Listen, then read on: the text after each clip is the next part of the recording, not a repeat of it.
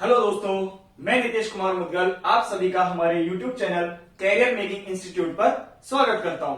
जी दोस्तों, जैसा कि हम पढ़ रहे हैं सामान्य विज्ञान और हमने जो अब तक पढ़ा है, हमने कोशिका के बारे में पढ़ा और हम अब जो मानव शरीर के तंत्र हैं उनके बारे में पढ़ रहे हैं और हमने पाचन तंत्र पूरा कर लिया है। श्वसन तंत्र का जो हम चैप्टर पढ़ रहे थे उसका एक पार्ट जिसके अंदर श्वसन तंत्र की जो पूरे अंगक हैं, ठीक है, जिसके अंदर नासाद्वार, हमारी ग्रसिका है, हमारी ग्रसनी है, ग्रसनी के अलावा हमारी ट्रेकिया और फेफड़ों के बारे में पूरी संरचना का अध्ययन कर चुके हैं। अब जो श्वसन है उसकी क्रियाविधि कैसे होती है कि हम श्वास अंदर किस प्रकार लेते हैं, श्वास को बाहर किस प्रकार छोड़ते हैं, इसके अलावा जो हम ऑक्सीजन अंदर ग्रहण कर रहे हैं वो ऑक्सीजन हमारे जो पूरे बॉडी है, पूरे शरीर है, उसकी प्रत्येक कोशिकाओं तक कैसे पहुंच पाती है, आज उस मैकेनिज्म या उस क्रियाविधि का पूरा अध्ययन करेंगे। तो अगर सबसे पहले आप हमारे चैनल पर नए हैं तो चैनल को अभी सब्सक्राइब कीजिए, सब्सक्राइब कर लें। इसके अलावा वीडियो पसंद आती है तो लाइक करें, शेयर करें और सबसे बड़ी बात कि वीडियो को पूरा जरूर देखें, ठीक है, इसको स्किप ना करें। तो क्योंकि जब आप स्किप करते हैं तो वो चीज आपको समझ में नहीं आएगी, इसलिए पूरा देखें। तो चलिए शुरू करते हैं। आज हम चालू कर रहे हैं श्वसन की क्रियाविधि। श्वसन की क्रियाविधि, क्योंकि देखो पिछली बार हमने उसके सारे अंगों के बारे में पढ़ लिया है। अगर आप में से किसी ने भी वो वीडियो नहीं देखी है तो अभी ऊपर आई बटन पे क्लिक करना और वहां जाकर वो वीडियो देख सकते हैं, उस पर आपको लिंक मिल जाएगा। श्वसन की क्रियाविधि या मैकेनिज्म ऑफ रेस्पिरेशन, बहुत आराम से समझना क्योंकि यहां से किसी भी पेपर में, जो भी आप पेपर देते हैं वहां पे प्रश्न बनने की संभावना ज्यादा होती है। क्योंकि आजकल क्या है कि जो अंगक है वहां से क्वेश्चन कम बनते हैं और जो उनकी क्रियाविधि होती है, जैसे पाचन की क्रियाविधि है या श्वसन की क्रियाविधि है, उत्सर्जन की क्रियाविधि है, इन सब की जो क्रियाविधि बनती है वहां से क्वेश्चन बहुत बनते हैं। तो क्रियाविधि का मतलब क्या होगा कि श्वसन किस तरीके से होता है। तो सबसे पहले मैं बात करता हूं कि इसकी क्रियाविधि में जो अंग सबसे ज्यादा काम आ रहे हैं हम उनकी सबसे पहले बात कर लेते हैं। तो जैसा कि मैंने पिछली वीडियो में आपको बताया कि हमने पढ़ा था फेफड़ों के बारे में, हमारे लंग्स के बारे में। किसके बारे में? फेफड़ों के बारे में पढ़ा। पूरी संरचना हमने देख ली है। ये जो फेफड़े हैं ये वक्षीय कोटर, वक्षीय कोटर या जिसको कह सकते हैं वक्ष गुहा, इस कैविटी में एक बंद कैविटी है जिसके अंदर ये स्थित रहते हैं ताकि वो सुरक्षित रहें, बाहरी आघातों से इनको सुरक्षा प्रदान की जाए। तो इस वक्ष कोटर का निर्माण किन किन से होता है तो सबसे पहले उसको जान लेते हैं, क्योंकि इसी के बाद में देखेंगे कि ये जो अंगक हम पढ़ने जा रहे हैं ये किस तरीके से इस श्वसन की क्रियाविधि में योगदान करते हैं। तो एक डायग्राम बना रहा हूं, आप भी इस डायग्राम को मेरे साथ साथ बनाते रहें, बहुत अच्छे से समझ में आएगा। समझने की कोशिश करना कि जो ये ऊपर मैं बना रहा हूं ये क्या है, हमारी कशेरुक दंड है, हमारा पीछे वाला भाग, पृष्ठ भाग, जो हमारा पृष्ठ भाग है, जो हमारी कशेरुक दंड है वो इस तरीके से कशेरुकों से मिलकर बनी होती है। जो हमारे पीछे वाला भाग होता है, पीठ जो हमारी बनती है, कशेरुक दंड है। इस कशेरुक दंड से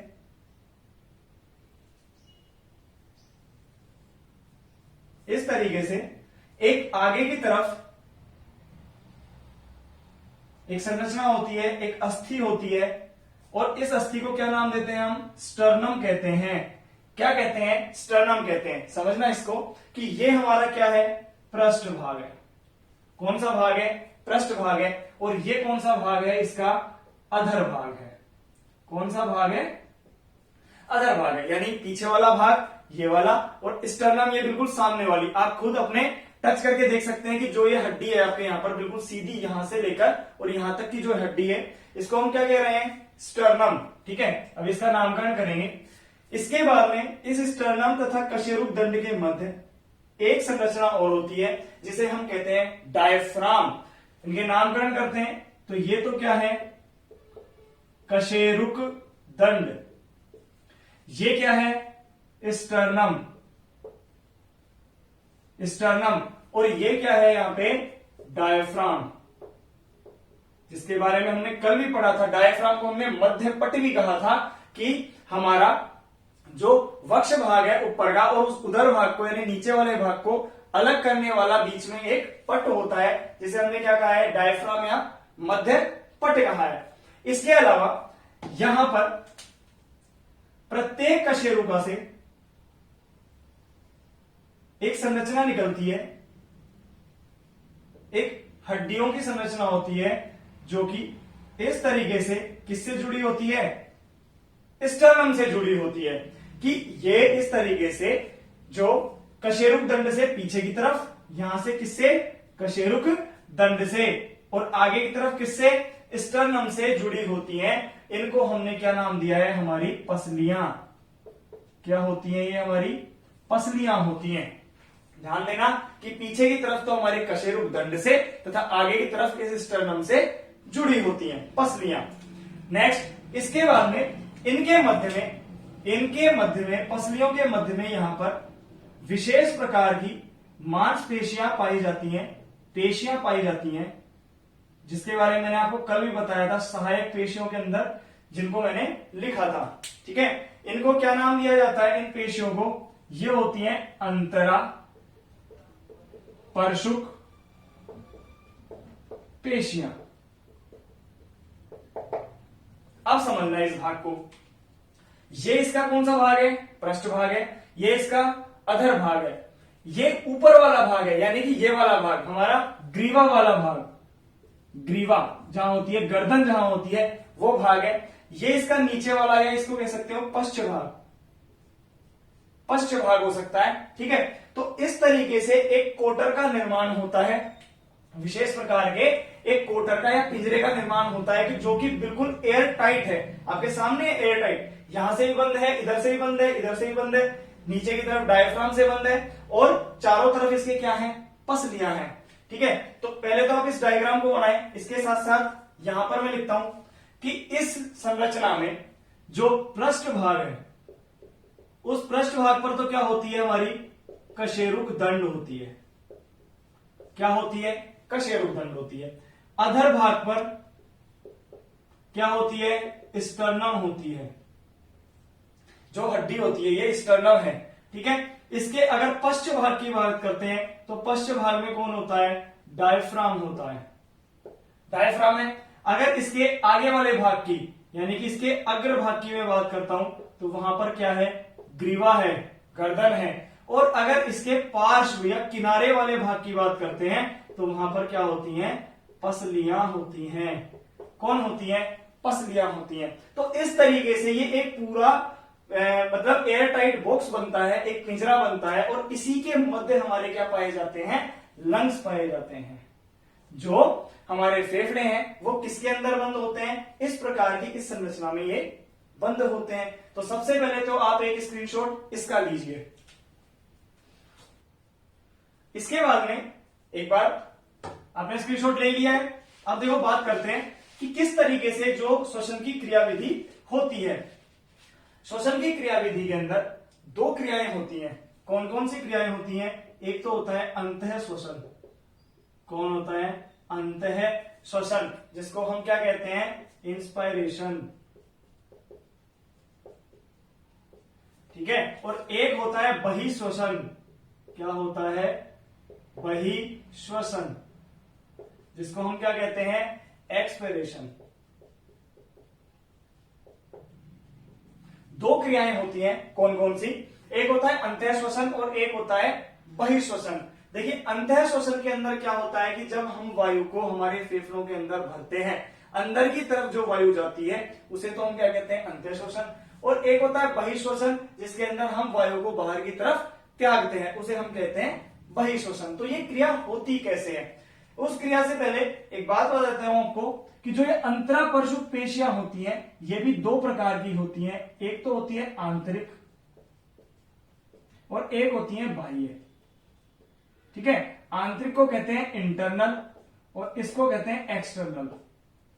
आंतरिक और बाह्य दो प्रकार की अंतरापरशुक पेशियां पाई जाती हैं। और पसलियों की बात करें, अगर हम पसलियों की बात करते हैं तो जो पसलियां होती हैं ये हमारे अंदर कितनी पाई जाती हैं, 12 जोड़ी, जिसके बारे में मैंने कल भी बात की थी आपसे, यानी कि पिछली वीडियो में मैंने बात की आपसे कि जो पसलियां हैं वो कितनी होती हैं हमारे 12 जोड़ी होती हैं। ठीक है, और इन 12 जोड़ी में भी ये 3 प्रकार की होती हैं। कौन कौन सी होती हैं? जैसे जो ट्रू होती हैं, फॉल्स होती हैं, और एक होती है फ्लोटिंग। जो भी इसके बारे में हम बात करेंगे जब हम कंकाल तंत्र को पढ़ेंगे तब आपको पूरा इसको समझाया जाएगा। अभी के लिए आप इसे देखिए कि सबसे पहले हम बात करते हैं हम अंतः श्वसन की, कि क्या होता है अंतः श्वसन में। ध्यान से देखना इस डायग्राम को, इसी डायग्राम में समझाने की कोशिश करूंगा आपको। अंतः श्वसन का मतलब हो रहा है कि जो सांस है, जो वायु है, हम अंदर की तरफ भरेंगे। तो सबसे पहले तो आपको ये क्रिया पता होना चाहिए कि यह एक सक्रिय, कैसी? एक सक्रिय अभिक्रिया है। सक्रिय जो क्रिया है वो क्या है? अंतः श्वसन एक सक्रिय प्रक्रिया है। किस तरीके से है वो समझने की कोशिश करते हैं। देखिए अब इसमें होगा क्या कि यानी कि हम अंदर की तरफ हमारा सांस भरेंगे। उसके लिए होता क्या है कि जो ये डायफ्राम है, क्या है? डायफ्राम, उसकी गति होगी। इसके अलावा जो अंदर पाई जाने वाली अंतरापर्शुक पेशियां, इन अंतरापर्शुक पेशियों में भी कौन सी वाली? जो बाह्य अंतरापर्शुक पेशियां हैं, इनके अंदर संकुचन होता है। इस संकुचन के पश्चात जो ये डायफ्राम है ये थोड़ा सा नीचे की तरफ हो जाता है, यानी थोड़ा चपटा हो जाता है। और इसके अलावा जो ये स्टर्नम है, ये स्टर्नम यहां से आगे तथा ऊपर की ओर उठ जाती है। यानी जो स्टर्नम है वो तो क्या होता है? आगे की तरफ और ऊपर की तरफ, ग्रीवा की तरफ उठ जाती है, तथा जो डायफ्राम है ये थोड़ा चपटा हो जाता है, सीधा हो जाता है। और इस वजह से अब आप देख रहे हैं जो ये नई संरचना बन रही है आपके सामने, इसका जो आयतन है, जो इसका आयतन है वो ज्यादा है या पहले वाले का आयतन ज्यादा था? तो जो अब नई संरचना बनी है उसका आयतन क्या है? ज्यादा है। तो सिंपल सी बात है कि यहां पर क्या होता है? आयतन में वृद्धि होगी, आयतन में वृद्धि होगी। और जब आयतन में वृद्धि हुई है तो अंदर जो वायु है इसके अंदर पहले से उपस्थित है, जो वायु है वो उसको आराम से रहने के लिए जगह मिल जाएगी। यानी जो उसका दाब है, क्या है? उसका दाब, वायु का जो दाब है उसमें क्या आ जाएगी? हमेशा कमी आ जाएगी। और यहां से भी बहुत बार क्वेश्चन पूछा जाता है, याद रखना इस बात को, कि जब अंतः श्वसन होता है, हम श्वास अंदर लेते हैं, उस दौरान उससे पहले जो क्रिया होगी जिसमें क्या होगा कि जब इसका आयतन वृद्धि हो जाती है तो वायु दाब में हमेशा कमी आती है। तो आपको ये याद रखना है, ठीक है। अब होगा क्या? जब यहाँ पे आयतन में आ गई है वृद्धि और दाब में हो गई है कमी, तो सिंपल सी बात है कि जो बाहर की वायु है वो अंदर की तरफ प्रवेश करेगी। और आप सभी को पता है कि वायु हमेशा अपने उच्च दाब से निम्न दाब की ओर हमेशा गति करती है ना। तो अब अगर मैं उस दाब की बात कर लेता हूं आपके सामने, तो दाब को देखना सबसे पहले कि अगर बात करते हैं वायुमंडल का, वायु का जो दाब है, मतलब वायुमंडलीय जो दाब है वो कितना होता है? तो ये होता है 760 mmHg। कितना होता है वायुमंडलीय दाब समुद्री स्तर पर? हमेशा ये समुद्र लेवल पर, सी लेवल पर बात करते हैं हम हमेशा। तो ये कितना होता है? 760 mmHg होता है। अगर मैं इसी को ऑक्सीजन के दाब की बात करता हूं, ऑक्सीजन का दाब, और वो भी कहां पर? एयर में। वायु में जो ऑक्सीजन का दाब है वो कितना होता है? 159 mmHg के बराबर होता है। कितना होगा ऑक्सीजन का दाब? एयर में इतना होता है। इसके बाद में अगर मैं ऑक्सीजन के दाब की बात करता हूं, ऑक्सीजन का दाब, और वो भी कहां पर? हमारे लंग्स में, फेफड़ों में। तो फेफड़ों में ये कितना होता है? 104 mmHg के बराबर होता है। और अगर मैं ऑक्सीजन के दाब की बात करता हूं कि ऑक्सीजन का दाब कहां पर? ब्लड में। कहां पर? ब्लड में या हमारे रक्त में। तो ये होता है 40 mmHg। और इसी दाब के कारण जो वायु है वो बाहरी वातावरण से हमारे फेफड़ों में गति करती है। हमारे फेफड़ों में जो हमने पढ़ा था कि कूपिकाएं पाई जाती है, वायु कूपिकाएं पाई जाती हैं, उन वायु कूपिकाओं से होते हुए हमारे रक्त में चली जाती है।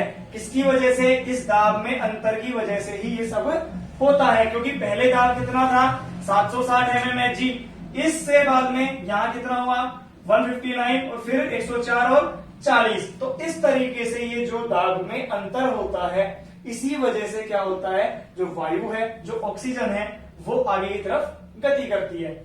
अब आप इसको देख के इतने चौंक मत जाना, इतने घबरा मत जाना कि कैसे याद होगा, क्या होगा।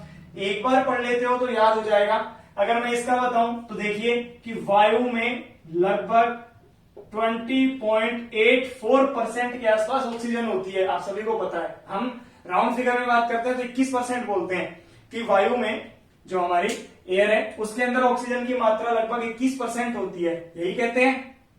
अगर आप इसका 21% या 20.84% निकालते हैं तो कितना आ जाता है, लगभग इतना आ जाता है। इसलिए ये सिर्फ उसका परसेंट है, इससे डरने की आवश्यकता नहीं है आपको, ठीक है। तो आपको ये सब याद होना चाहिए, क्योंकि यहां से कई बार क्वेश्चन पूछता है कि हमारे जो फेफड़े हैं वहां पर ऑक्सीजन की जो दाब है वो कितना होता है, आपको पता होना चाहिए। हमारे रक्त में ऑक्सीजन का दाब कितना होता है, ये आपको पता होना चाहिए। क्लियर रहेगा यहां तक आपको? तो एक स्क्रीनशॉट इसका ले लीजिए पहले। अब इसके बारे में बात करते हैं कि जो ये वायु है जो हमने ग्रहण की है अंदर की तरफ हमारे फेफड़ों में जा चुकी है। ध्यान से समझना एक एक पॉइंट को कि जो ये वायु हमारे फेफड़ों में गई, फेफड़ों में जाने के बाद में जो वहां पर कूपिकाएं हैं उन कूपिकाओं तक पहुंच चुकी है। अब उन कूपिकाओं की अगर मैं बात करता हूं तो देखते हैं कि अगर मानते हैं कि इस तरीके से ये संरचना एक कूपिका की है, किसकी है, एक कूपिका की। इस तरीके से जो हमने कल में बनाई थी कि सबसे अंतिम पार्ट, ठीक है, कि जैसे ट्रेकिया के बाद में वो श्वसनिकाओं में ब्रोंकियोल्स में चेंज हुई और उसके बाद में परिवर्तित होकर क्या बनती है, एल्वियोलाई या कूपिका बनाती है।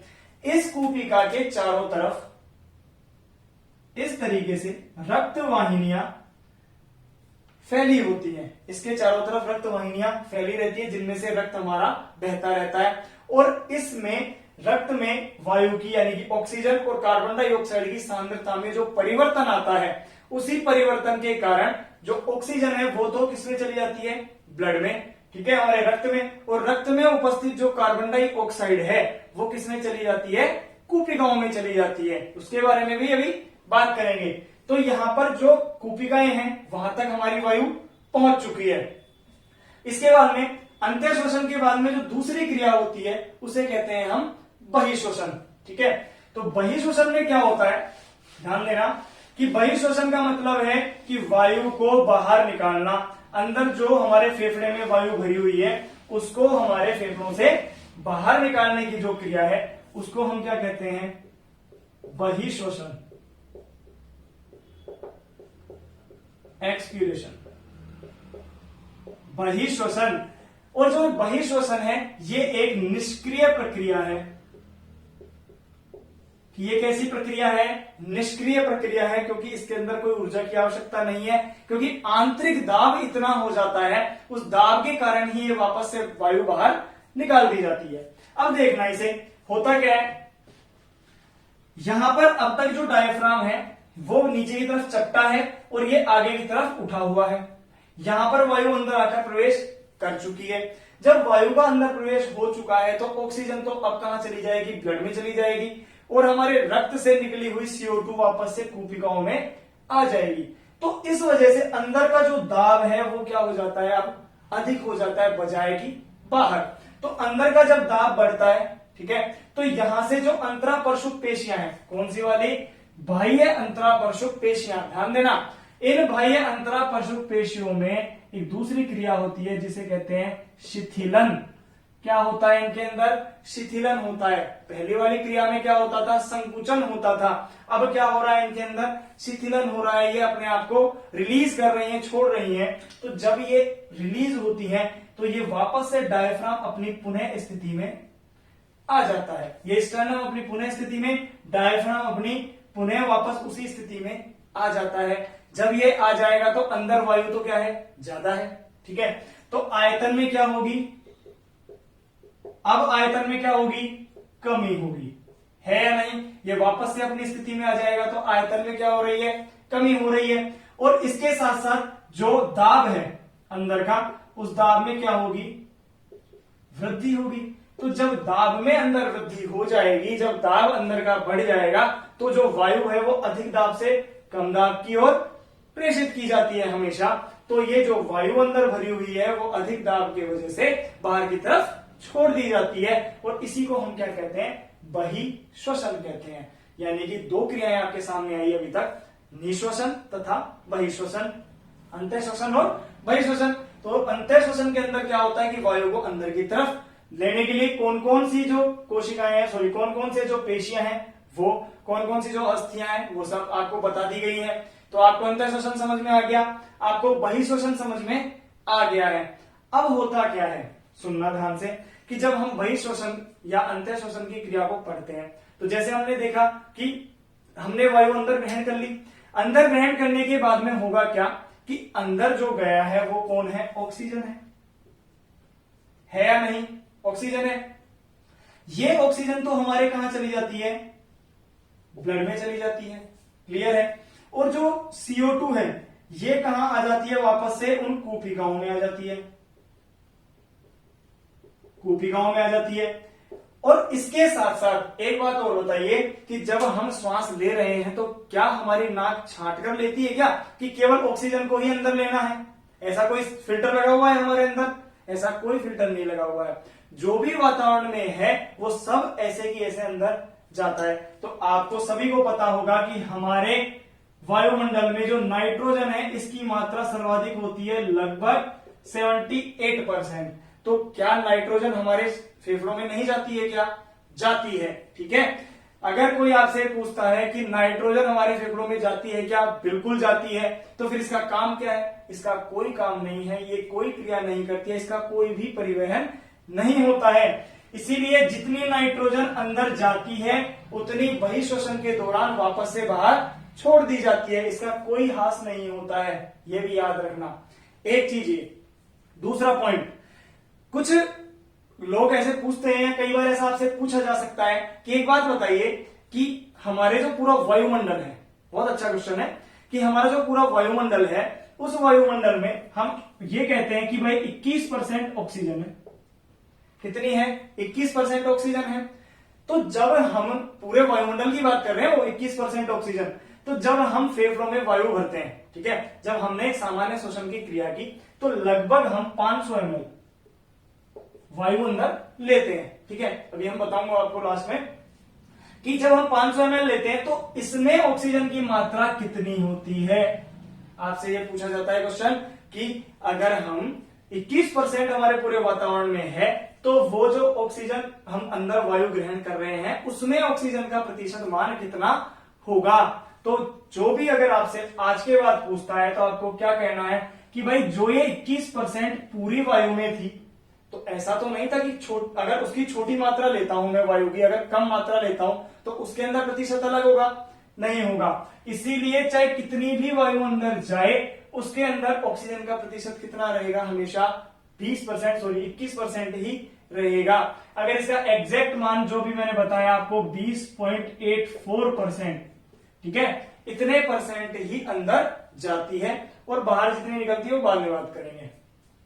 अभी के लिए आपको क्या याद रखना है कि अभी हमने जो श्वास अंदर ग्रहण किए तो वहां उपस्थित जो ऑक्सीजन है वो तो कहां चली जाती है, हमारे ब्लड में चली जाती है। और जो ब्लड में उपस्थित CO2 है वो कहां आ जाती है, कूपिकाओं में आ जाती है। इसके अलावा जो नाइट्रोजन बचती है वो वहां पे जैसे जाती है उसी प्रकार से बाहर की तरफ छोड़ दी जाती है।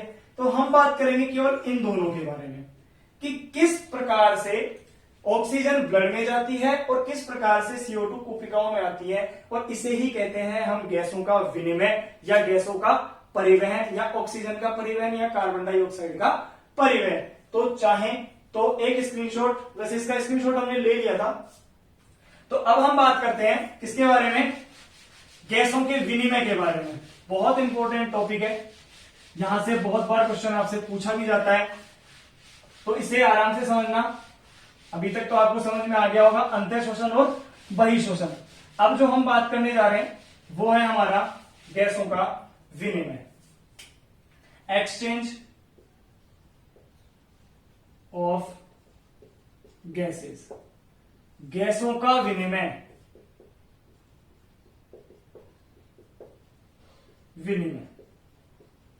इस विनिमय में क्या क्या होता है? गैसों के विनिमय में दो क्रियाएं होती हैं। पहली क्रिया जिसको हम कहते हैं ऑक्सीजन का परिवहन,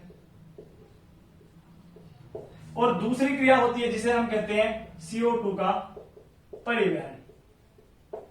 देखिए दो क्रियाएं आपके सामने होंगी, ऑक्सीजन का परिवहन और एक होता है आपके सामने CO2 का परिवहन। तो सबसे पहले बात करते हैं हम ऑक्सीजन के परिवहन की, कि किस प्रकार से ऑक्सीजन का परिवहन होता है। बात करते हैं ऑक्सीजन के परिवहन की, तो आप सभी को पता है कि परिवहन के लिए सबसे उपयोगी अगर कोई है तो वो है कौन? रक्त, हमारा ब्लड। जो ये ब्लड होता है यह एक संयोजी ऊतक होता है। जो ये रक्त है वो क्या है? एक तरल संयोजी ऊतक, तरल संयोजी ऊतक होता है, और यह परिवहन में महत्वपूर्ण भूमिका निभाता है, क्योंकि इसी ब्लड के अंदर क्या पाई जाती है? हीमोग्लोबिन। क्या पाया जाता है? हीमोग्लोबिन। हीमोग्लोबिन एक श्वसन वर्णक होता है। ध्यान देना कि हमारे अंदर जो हीमोग्लोबिन है वो क्या है? एक श्वसन वर्णक, श्वसन वर्णक है हीमोग्लोबिन। इस हीमोग्लोबिन को कैसे लिखते हैं? HB, इस तरीके से। और हम भी अब आगे से कैसे लिखेंगे इसको? इसी तरीके से लिखेंगे। तो आपको समझ जाना ये क्या कह रहा हूं मैं, हीमोग्लोबिन। तो हमारे रक्त में क्या पाया जाता है? हीमोग्लोबिन, और हीमोग्लोबिन क्या है? एक श्वसन वर्णक है। इसी हीमोग्लोबिन की उपस्थिति के कारण CO2 और O2 यानी ऑक्सीजन तथा कार्बन डाइऑक्साइड का परिवहन आसानी से हो पाता है, क्योंकि जब ये ऑक्सीजन इस हीमोग्लोबिन के संपर्क में आती है तो क्या बनता है? Oxy haemoglobin. क्या बनता है? ऑक्सी हीमोग्लोबिन बनता है। ठीक है, इसको मैं कैसे लिखूंगा? Oxy haemoglobin. ऑक्सी हीमोग्लोबिन बनता है, और इस ऑक्सी हीमोग्लोबिन की वजह से ही हमारे रुधिर का रंग कैसा होता है? लाल होता है। ध्यान रखना, ये हम रुधिर में भी पढ़ेंगे। अभी आया तो मैंने बताया कि ऑक्सी हीमोग्लोबिन की वजह से हमारे जो रुधिर का रंग है वो लाल होता है। ये ऑक्सी हीमोग्लोबिन ही आगे परिवहित होती है। जिस कोशिका में इसको जाना है ये वहां तक जाती है जहां ऑक्सीजन की आवश्यकता है, और वहां जाकर ये ऑक्सी हीमोग्लोबिन वापस से ऑक्सीजन को रिलीज कर देती है या छोड़ देती है, जिसके कारण उस कोशिका तक क्या पहुंच जाती है? ऑक्सीजन पहुंच जाती है, बहुत आसानी से पहुंच जाती है। अब एक बात बताइए कि ये जो हीमोग्लोबिन है यहां तक पहुंची है, ठीक है, इस कोशिका में जाकर इसने ऑक्सीजन को छोड़ दिया है, रिलीज कर दिया है, और वहां पर काम हो जाएगा, ऑक्सीजन की पूर्ति हो जाएगी। ठीक है, अब ये यहां पर इस कोशिका में जो बनी हुई क्या है? CO2। क्या बना हुआ है वहां पर? Carbon dioxide. इस कार्बन डाइऑक्साइड को अपने साथ जोड़ती है, और जोड़कर वापस से कहां ले आती है? फेफड़ों तक वापस से लेकर आती है, कूपिकाओं तक लेकर आता है, और कूपिकाओं में ये जो ऑक्सीजन है, कार्बन डाइऑक्साइड, ये वापस से कूपिकाओं में आ जाएगी, कूपिकाओं से हमारे शरीर से बाहर त्याग दी जाती है। ये हम बात करेंगे CO2 के परिवहन में। अभी के लिए आपको क्या याद रखना है कि ऑक्सी हीमोग्लोबिन हीमोग्लोबिन मुख्य श्वसन वर्णक है, जो कि ऑक्सीजन के साथ जुड़कर ऑक्सी हीमोग्लोबिन बनाता है, और ऑक्सी हीमोग्लोबिन जिस कोशिका तक पहुंचकर, किसी भी कोशिका तक पहुंचकर जहां पर ऑक्सीजन की आवश्यकता है वहां पहुंचकर ऑक्सीजन को क्या करती है? मुक्त करती है, तथा वहां पर ऑक्सीजन की पूर्ति करवाती है। तो इस तरीके से परिवहन का कार्य होता है। तो ये तो आपको समझ में आ गया। इसके बाद में कुछ फैक्ट होते हैं, एक स्क्रीनशॉट इसका ले लो। इसके बाद में इसी से रिलेटेड कुछ तथ्य हैं, कुछ फैक्ट हैं जो आपको याद रखने पड़ेंगे। ठीक है, तो उनको मैं यहां पर नोट डाउन करता हूं, आप भी नोट करते जाना। कि सबसे पहले अगर मैं बात करता हूं कि हीमोग्लोबिन की, ध्यान देना, ये हीमोग्लोबिन की अगर मैं बात करता हूं तो पुरुषों में, किसमें? पुरुषों में, नर में, इसकी जो मात्रा होती है ये लगभग कितना होता है?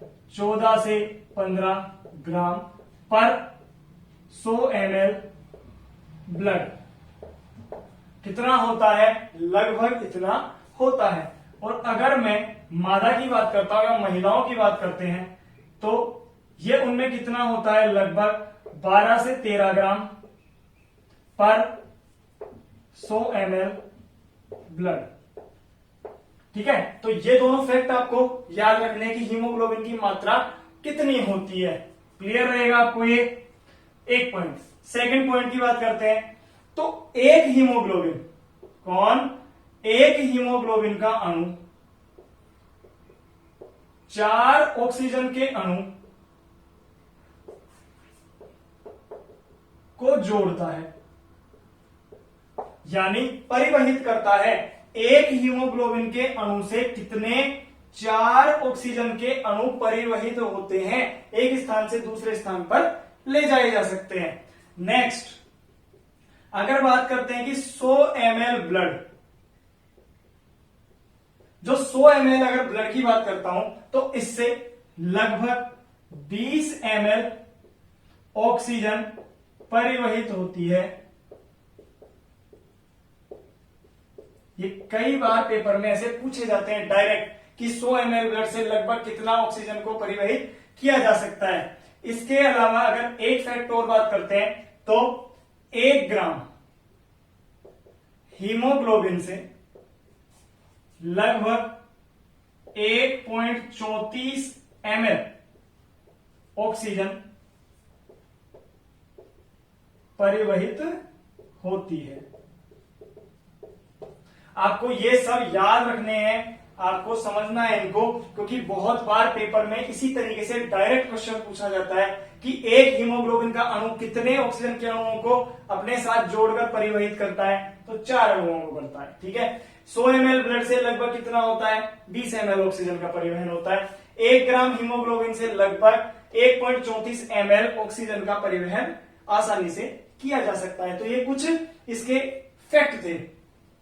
इसके बाद में अगर मैं बात करता हूं, कोई आपसे पूछे कि क्या पूरे ऑक्सीजन का जो परिवहन है वो केवल हीमोग्लोबिन से ही होता है क्या, तो आपको कहना है कि नहीं, केवल कितना 97 to 98%, 97 से 98% जो ऑक्सीजन है उसका परिवहन किससे होता है, हीमोग्लोबिन से होता है।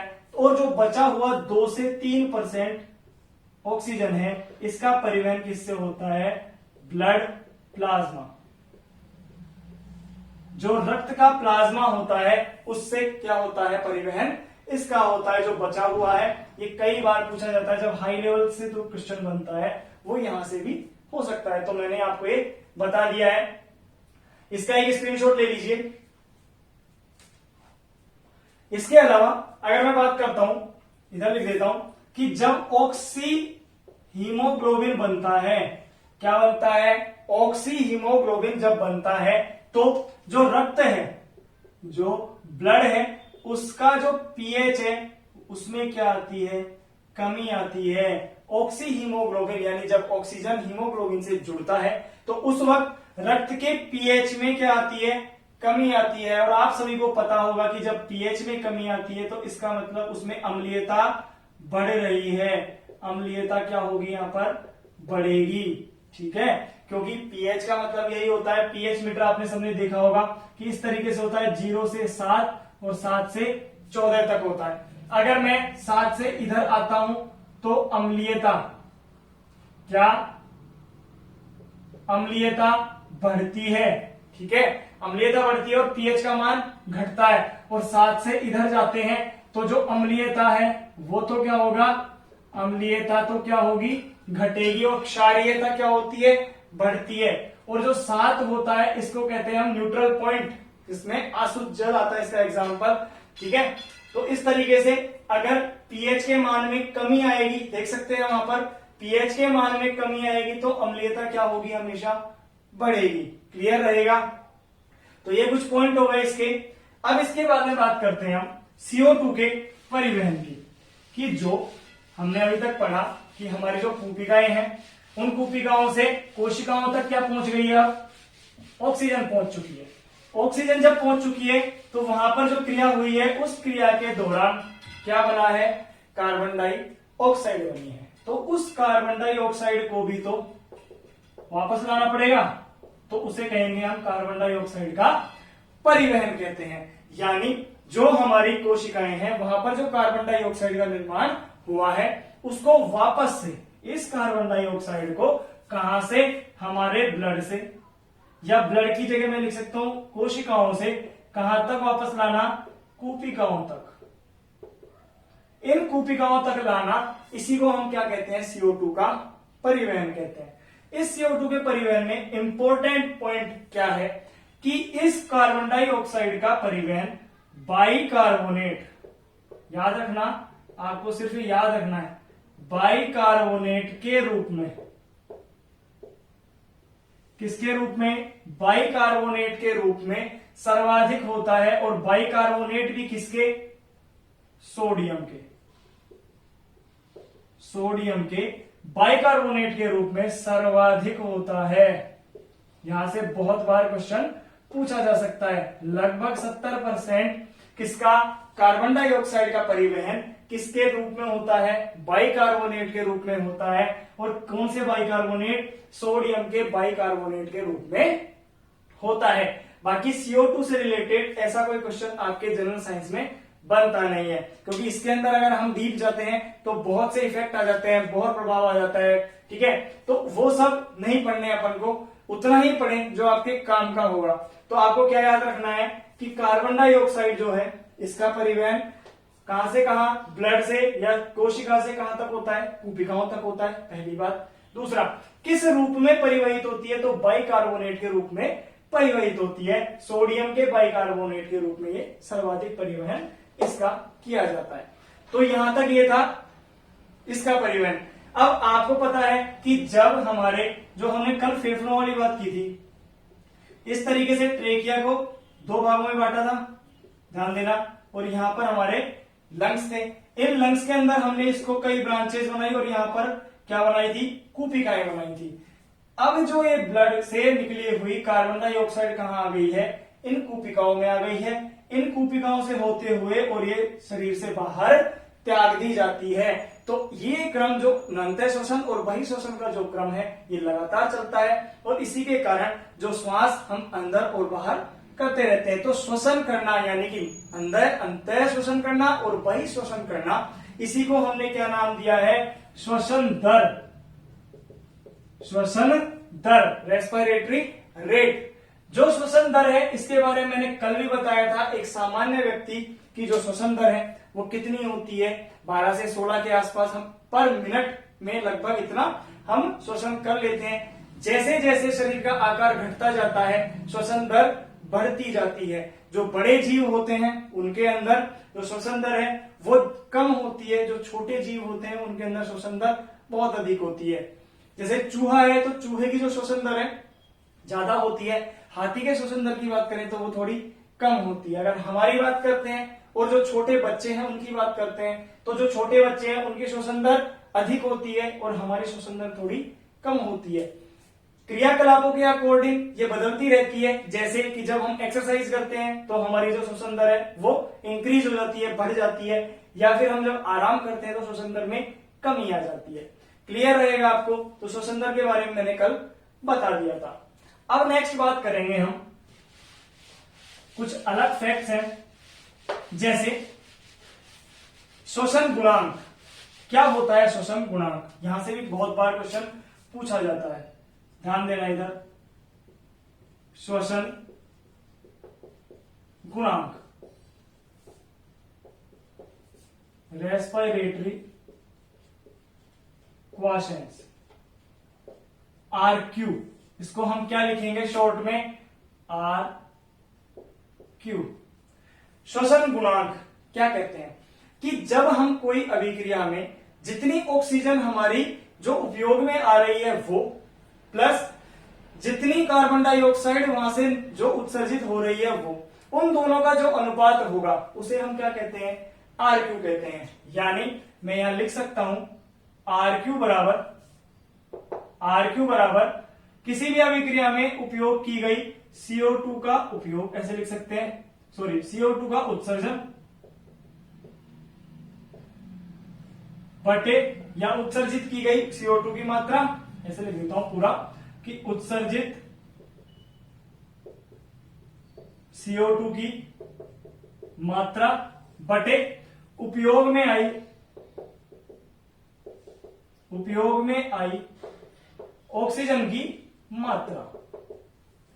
इसका मतलब क्या है, जो RQ है वो क्या कहता है कि कितनी कार्बन डाइऑक्साइड हमारी उत्सर्जित हुई है बटे कितना ऑक्सीजन हमारे काम में आया है, तो उसको हम क्या कहते हैं, श्वसन गुणांक कहते हैं। जैसे मैंने शुरू में एक समीकरण लिखा था आपके सामने, C6H12O6, क्या है ये, शुगर है यानी कि ग्लूकोज है। इसका ऑक्सीकरण किया था और इस ऑक्सीकरण के पश्चात क्या क्या बना था आपके सामने, H2O बना, CO2 बना तथा कुछ ATP या ऊर्जा बनी, यही अभिक्रिया थी। अगर मैं इसको संतुलित करते हैं, देखो अभिक्रिया जो होती है वो संतुलन किया जाता है, ये जब हम केमिस्ट्री स्टार्ट करेंगे तब बताऊंगा आपको कि किस तरीके से होता है। कि संतुलन का मतलब ये होता है कि जितने भी क्रियाकारक भाग ले रहे हैं, इनको तो हम क्या कहते हैं, क्रियाकारक, कि जितने भी क्रियाकारक भाग ले रहे हैं उतने ही क्या बनने चाहिए, उत्पाद। उत्पादों की संख्या और क्रियाकारकों की जो संख्या है वो क्या होनी चाहिए, समान होनी चाहिए। और इसी चीज को बराबर करने के लिए हम क्या करते हैं, अपने ही अकॉर्डिंग इसके आगे कुछ नंबर लगाते हैं। कैसे लगाते हैं वो देखना, एक एक को मिलाते हैं। सबसे पहले कार्बन यहाँ कितने हैं, 6 हैं, तो इधर भी चले जाते हैं, तो कार्बन कितना है, एक सिंगल है। इसको बराबर करने के लिए हम क्या करेंगे, यहाँ पर कितना लगाएंगे, 6 लगा देंगे। तो अब कार्बन कितने हो गए, 6 हो गए। फिर हम नेक्स्ट बात करते हैं कि जो हाइड्रोजन है वो कितने हैं, यहाँ पर 12 हैं, और यहां पर हाइड्रोजन की बात करेंगे तो कितने हैं, केवल 2 हैं। ठीक है, इसको बराबर करने के लिए 6 दूनी 12 हो जाएगा। ऑक्सीजन यहां कितने हैं, 6 ये रहे और 2 ये रहे, 6 और 2 8 हैं। इधर की बात करते हैं तो ऑक्सीजन 6 तो ये है, और जो इसकी बात करेंगे क्या बोलते हैं यहाँ पे, तो ये कितने हो जाए, 6 दूनी 12, 12 और 6 18। तो पहले से यहाँ कितना मौजूद है, 6। अगर मैं इसको 12 कर दूं तो अब ये संतुलित है या नहीं, आपके सामने आप देख सकते हैं कि जितने कार्बन, जितने हाइड्रोजन, जितने ऑक्सीजन इस तरफ है उतने ही उस तरफ है, ये संतुलित है। अगर मैं इस एटीपी की बात करता हूं तो लगभग 38 एटीपी यहां से एक श्वसन की क्रिया में निकलती है, ये नोट कर लेना इसको। तो अब देखिए इसका जो RQ निकालते हैं, तो RQ का मतलब क्या कह रहा है कि जितनी CO2 उपयोग में आ रही है, तो कितनी उपयोग आ रहे हैं, कितने उत्सर्जित हो रहे हैं, 6, और कितने उपयोग में ऑक्सीजन आ रही है, वो भी कितनी है, 6 आपके सामने। तो यहां पर 6 से 6 काटे तो कितने बच गए, 1। क्या आया मान, 1। इसीलिए मैं यहां लिख सकता हूं कि जो कार्बोहाइड्रेट है, कार्बोहाइड्रेट्स हैं, अगर उनके RQ की बात करते हैं, सबका RQ यहां लिखते हैं, तो कार्बोहाइड्रेट का RQ कितना होता है, हमेशा 1 होता है। ऐसे ही डायरेक्ट क्वेश्चन आपसे पूछा जाता है कि कार्बोहाइड्रेट या शुगर का या ग्लूकोज का RQ कितना होता है, श्वसन गुणांक कितना होता है, 1 होता है। तो आप लिख सकते हैं जो लिपिड्स हैं, ये जिसको आप क्या कह सकते हो, फैट्स, वसा, इसका कितना होता है, 1 से कम होता है, 0.7 होता है। अगर मैं बात करता हूं प्रोटीन की, प्रोटीन का कितना होता है, 0.8 होता है। ये तीनों भी आप अभी नोट कर लें, क्योंकि यहां से भी कई बार क्वेश्चन पूछा जा सकता है। स्क्रीनशॉट ले लें एक बार इसका।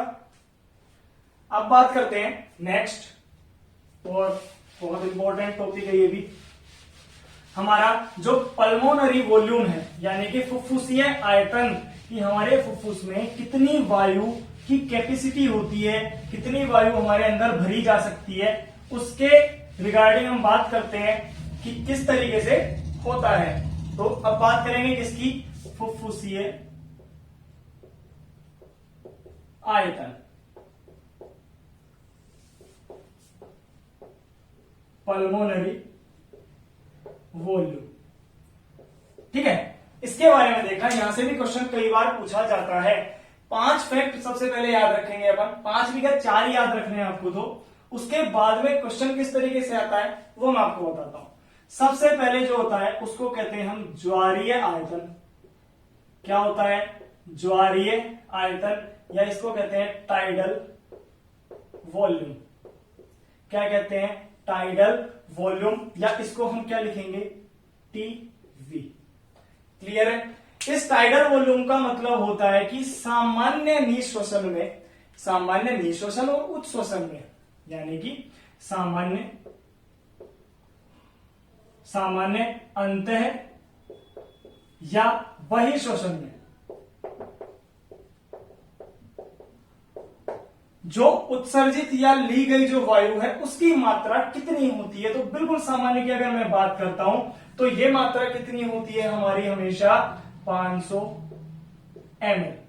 यानी हम एक सामान्य निःश्वसन, यानी कि हम जो श्वास ले रहे हैं और छोड़ रहे हैं उसकी सामान्य की बात करते हैं, तो उसमें लगभग 500 ml वायु हम अंदर ग्रहण करते हैं और उसी वायु को हम वापस बाहर छोड़ देते हैं। नेक्स्ट सेकंड पॉइंट की अगर मैं बात करता हूं तो उसे कहते हैं अंतः श्वसन आरक्षित आयतन। इसका मतलब होता है इंस्पिरेशन रिजर्व वॉल्यूम। इसको शॉर्ट में लिख सकते हो आप क्या, IRV है आपके सामने, तो इसको क्या लिखेंगे हम, IRV। इस IRV का मतलब क्या होता है, इसका मतलब होता है कि बलपूर्वक, यानी जोर लगाकर बलपूर्वक अंतः श्वसन। बलपूर्वक अंतः श्वसन का मतलब होता है कि आप कितनी वायु आपके फेफड़ों में अंदर भर सकते हैं बल लगाकर, यानी कि फोर्सफुली किस तरीके से वायु अंदर भर सकते हैं। आपको एक चीज और बता देता हूं कि बलपूर्वक जब अंतः श्वसन किया जाता है, देखिए जब हमने बात की थी निःश्वसन और उच्च श्वसन की, तब मैंने बताया था आपको कि जो हमारी अंतरापरशुक पेशियां होती हैं, इंटरकोस्टल मसल्स होती हैं, इधर लिख लेता हूं, इंटरकोस्टल मसल्स होती हैं, इनके भी बाह्य प्रकार में बताया था आपको भी कि जो बाह्य प्रकार की होती है, यानी बाह्य अंतरापरशुक पेशियां होती है, वो काम करती है। लेकिन जब कोई भी कार्य बलपूर्वक किया जाता है, जैसे कि ये अंतः श्वसन का आरक्षित आयतन निकाल रहे हैं और यहां मैंने लिख रखा है कि बलपूर्वक यानी कि दम लगाकर, तो उस वक्त कौन सी काम आती है, हमेशा आंतरिक वाली। अगर कोई पूछ ले कभी तो ये भी आपको याद रखना है, क्लियर रहेगा। तो बलपूर्वक की अगर मैं बात करता हूं तो कितनी वायु हम अंदर भर सकते हैं, लगभग 3000 ml के आसपास वायु हम अंदर की तरफ हमारे फेफड़ों में अंदर भर सकते हैं, क्लियर रहेगा। थर्ड पॉइंट, तीसरा पॉइंट क्या कहता है, बहिश्वसन। बहिश्वसन आरक्षित आयतन, एक्सपिरेशन रिजर्व वॉल्यूम। इसको कहते हैं ERV। क्या कहते हैं इसे, ERV। इसका मतलब यह होता है कि बलपूर्वक बहिश्वसन। समझने की कोशिश करना किस तरीके से, कि बलपूर्वक बहिश्वसन का मतलब होगा कि जितनी वायु हमने अंदर फेफड़ों में जो सामान्य श्वसन चल रहा है उसके अलावा कितनी वायु और आप बाहर निकाल सकते हैं। आप आराम से कोशिश करके देखिए, तो ये कितनी आएगी, लगभग 1100 ml। आप बलपूर्वक जो वायु जितनी अंदर भर सकते हैं, क्या बलपूर्वक उतनी वायु निकाल सकते हैं बाहर, आप कोशिश करके खुद देख सकते हैं इस चीज को। इसके अलावा एक चौथा पॉइंट और है जिसको हम कहते हैं अवशेषी आयतन। अवशेषी आयतन का मतलब होता है रेजिडुअल वॉल्यूम, इसको कहते हैं RV। और ये कितना होता है लगभग, इसका मतलब होता है कि बलपूर्वक जो हमने पूरी वायु निकाल दी है उसके बाद भी हमारे फेफड़ों में जितनी वायु बच जाती है, कितनी बच जाती है, लगभग 1200 ml वायु बच जाती है, उसे हम क्या कहते हैं, अवशेषी वायु कहते हैं। अवशेषी आयतन होता है कि बलपूर्वक जितनी हमने बाहर वायु निकाल दी है उसके अलावा भी कितनी वायु और रह गई है, लगभग 1200 ml रह गई है। इसके अलावा एक पॉइंट और होता है जिसे कहते हैं डेड एयर स्पेस, यानी कि मृत वायु। ऐसी वायु जो किसी भी श्वसन की क्रिया में भाग नहीं लेती है, वो होती है लगभग 150 ml के आसपास, जिससे रिलेटेड कभी क्वेश्चन पूछा नहीं जाता और इतना बड़ा कोई पॉइंट है नहीं। एक स्क्रीनशॉट आप पहले इसका लीजिए। अब इसके बाद में आपने स्क्रीनशॉट ले लिया है, ठीक है, कि हमारा जो ज्वारीय आयतन है वो तो कितना है 500 ml, जो हमारा IRV है वो 3000 है, ERV है वो 1100 है, और जो बच गया RV वो कितना है 1200। अब ये किस तरीके से काम आता है उसे सुनिए। क्वेश्चन कहां से पूछा जाता है वो बताता हूं आपको, किस तरीके से इसे ऐड करना है या घटाना है। देखिए, अब बात करेंगे हम फुफ्फुसीय क्षमता की, ठीक है। आयतन के साथ इसकी बात करेंगे अब क्षमता की, कि कितनी क्षमता कैसे होती है। तो सबसे पहला पॉइंट आता है कि फंक्शनल जो रेजिडुअल वॉल्यूम है, अगर उसकी बात करता हूं कि कार्य की अवशेषी आयतन, ध्यान रखना फंक्शनल, ठीक है, अवशेषी रेजिडुअल वॉल्यूम FRV। अभी क्या होता है इसको समझना। मैंने बोला कार्य की अवशेषी आयतन, कार्य की का मतलब होता है कि सामान्य जो क्रिया है वो तो हो गई, उसके बाद में हमारे फेफड़ों में कितनी वायु बची हुई रह जाती है, कि जितनी सामान्य जो निशोषण उशोषण कर रहे हैं हम, यानी कि ज्वारीय आयतन है वो तो बाहर निकल गया, उसके अलावा भी हमारे अंदर और कितनी वायु इतनी है जो कि हम कार्य की में या कि किसी फंक्शन में उपयोग लेते हैं। तो आपको पता होगा कि हम जो दम लगाकर यानी कि बल पूर्वक जो वायु बाहर निकाल देते हैं, एक तो वो बची रह जाती है क्योंकि हम उसको निकाल पाते हैं आसानी से। तो आपको पता होगा कि भाई वो तो कौन होती है, हमारी ERV होती है, जिसको हम बल पूर्वक आसानी से बाहर निकाल पाते हैं। आपको अभी मैंने बताया है। और इसके अलावा भी मैंने एक बात बताई थी कि बल पूर्वक निकालने के बाद में भी कुछ वायु जो है वो हमारे फेफड़े में हमेशा बची रहती है, जिसको हमने अवशेषी वायु कहा था या नहीं, यानी हमने उसको क्या कहा था, RV कहा था, यही कहा था। इस ERV की बात करूं तो ये तो कितनी थी, लगभग 1100 ml थी या नहीं आपके सामने, और जो RV थी ये कितनी थी, लगभग 1200 ml। तो इस टोटल की बात करता हूं तो ये कितनी हो जाएगी, 2300 ml।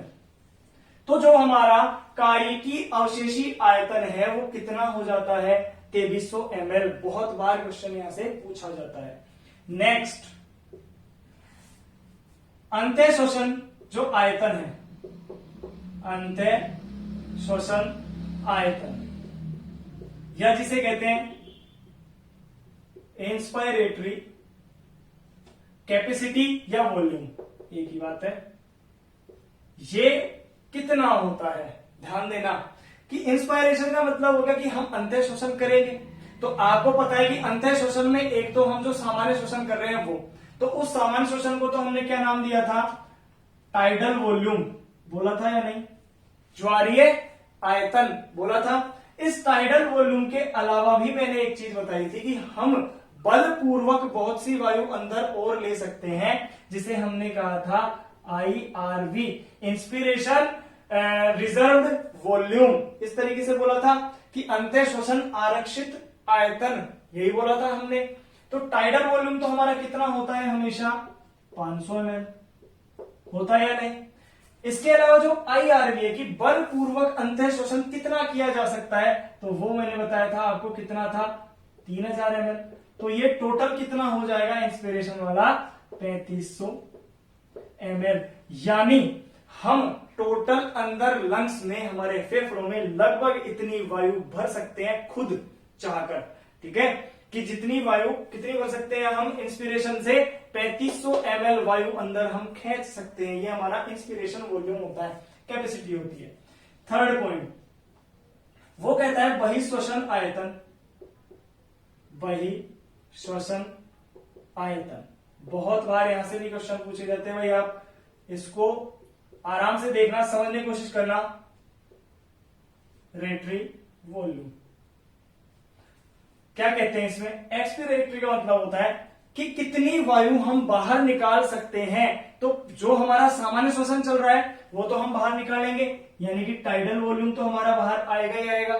ठीक है, इस टाइडल वॉल्यूम के बाद में भी हम कुछ वायु, जो वायु है जिसको हम बलपूर्वक बाहर निकाल सकते थे, उसको मैंने क्या नाम दिया था, बोला था या नहीं, ईआरवी, कि एक्सपिरेटरी रिजर्व वॉल्यूम जो हमारे अंदर होती है, जिसको हम बलपूर्वक भी बाहर निकाल सकते हैं। तो ये कितना हो जाएगा, टाइडल वॉल्यूम वही 500 ml प्लस ईआरवी कितना था हमारा 1100 ml, तो यानी ये टोटल कितना हो जाएगा 1600 ml। इतनी वायु हम बलपूर्वक बहिश्वसन के द्वारा निकाल सकते हैं टोटल। ठीक है, ईआरवी नहीं, ये जो इसकी पूरा आयतन है एक्सपिरेटरी का कितना होता है, लगभग 1600 ml होता है। एक चीज समझ में आ गई। अब एक नेक्स्ट पॉइंट है आपका, उसको कहते हैं हम वाइटल कैपेसिटी। वाइटल कैपेसिटी, इसका मतलब होता है कि हमारे फुफ्फुस की क्षमता कितनी होती है, यानी कि हमारी जो टोटल क्षमता है ये कितनी होती है, फुफ्फुस की क्षमता। तो आप खुद देखिए कि हमारे अंदर कि हम लगभग इतना तो खींच ही पाते हैं, अंदर की तरफ लेते हैं ना, कि हमने टाइडल वॉल्यूम तो 500 ml लेना ही है, इसके अलावा हम और भी वायु अंदर खींचते हैं, जिसको हमने क्या कहा, आईआरवी बोला। इसके अलावा मैंने एक बात बताई थी कि जितनी वायु हम बाहर छोड़ देते हैं, उसके बाद में भी हमारे फेफड़ों में कुछ वायु अंदर अवशेषी वायु के रूप में बची रहती है, यानी उसे हमने क्या नाम दिया था, आरवी, रेजिडुअल वॉल्यूम। यानी टोटल कितना हो गया, ये 500 ml ये प्लस आईआरवी कितना 3000, और आरवी कितना बच जाता है हमारे अंदर, लगभग 1200 ml बच जाता है। बचता है या नहीं? तो इसके हिसाब से ये कितना हो जाएगा आपका, देखिए इसे ये आ जाएगा 1100। आरवी कितना होगा आपका 1100 ml, तो कितना हो जाएगा ये आपका टोटल 4600 ml। कितना हो जाएगा आपका ये 4600 ml। एक स्क्रीनशॉट इसका लीजिए पहले। अब इसके बाद में अगर मैं बात करता हूं लास्ट, टोटल लंग कैपेसिटी, कुल फुफ्फुसीय क्षमता, जहां से भी कई बार क्वेश्चन पूछता है, टोटल लंग कैपेसिटी ये कितना है आपका ईआरवी, कि जितनी वायु हम कितनी कैपेसिटी से कर सकते हैं, कि इतनी वायु को हम 500 ml लेते ही हैं, ये हम दम लगाकर ले सकते हैं, और इतनी वायु को हम आसानी से बाहर निकाल पाते हैं। अब आता है टोटल लंग कैपेसिटी कंप्लीट, जिसको हम कहते हैं कुल फुफ्फुसीय क्षमता, कुल फुफ्फुसीय क्षमता, टोटल लंग कैपेसिटी, ये कितनी होती है, ध्यान से देखना इसको भी, कि जितना कुछ भी बचा हुआ है, यानी टाइडल वॉल्यूम भी आ जाएगी, प्लस हमारी आईआरवी जो कि हम इसके अंदर लेते हैं वो भी, हमारा ईआरवी भी इसके अंदर आ जाएगा, और बच गया जो आरवी भी इसके अंदर आ जाएगा। यानी टोटल कितना हो जाएगा, ये 500 ml ये, 3000 ये, 1100 ml ये, और 1200 ml ये बचा हुआ, टोटल कितनी हो जाएगी ये 5800 ml, 5800 ml। ये हमारी क्या होती है, टोटल लंग कैपेसिटी होती है। हमारा फुफ्फुसीय आयतन लगभग इतना होता है। तो एक बार आप इसे भी नोट कर लीजिए। तो आज ये श्वसन तंत्र की वीडियो यहीं खत्म होती है, श्वसन तंत्र का पार्ट यहीं खत्म होता है। आई होप कि आपको ये बहुत अच्छा लगा होगा, समझ में आया होगा, आपके लिए बहुत हेल्पफुल रहा होगा। तो अगर आपको वीडियो पसंद आता है तो लाइक कीजिए, शेयर कीजिए, कमेंट कीजिए। कमेंट करके आप अपने क्वेश्चंस पूछ सकते हैं, आपको कोई समस्या है वो भी हमें बता सकते हैं, कुछ और सुधार करना है वो भी आप हमें बता सकते हैं। तो तब तक के लिए घर पर रहें, सेफ रहें। तो मिलते हैं अगली नेक्स्ट वीडियो में। Good luck and good bye. जय हिंद, जय भारत।